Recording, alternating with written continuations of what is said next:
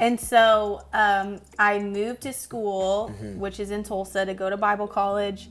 And, you know, that's why I'm there. Like, I sold everything to go. It was a big deal. Really powerful story. And I committed for the 2 years that I was going to be there to fully focus on growing in the Lord. And so I don't even think I told anybody this. Yeah. But I just knew in my heart I wasn't going to give out my number.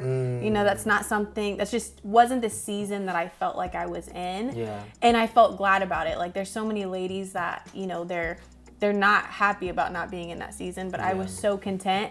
I actually was convinced I wasn't going to be married for like 10 years. So I was like fully content. But the Lord had a different plan. He did. Yes, he did. And so, yeah, when Brian came around, I remember I saw him at church because you were leading worship at multiple places, but specifically our church. Yeah. And I knew who you were, and then, you know, the whole city was cheering for you when... No. Tell them the story. I will. Tell them That's later on. Are you talking about... No, the one story. I don't know what you're talking about. The journal story. I will. That's Oh. later on. Oh, is when we that? start dating, yes. No. We have to go in chronological Maybe when you order. came to visit.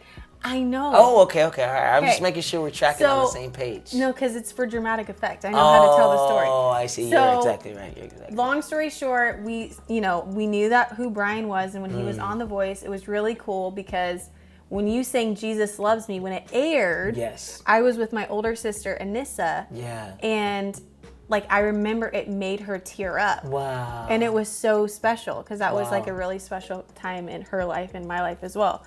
And so I knew who you were.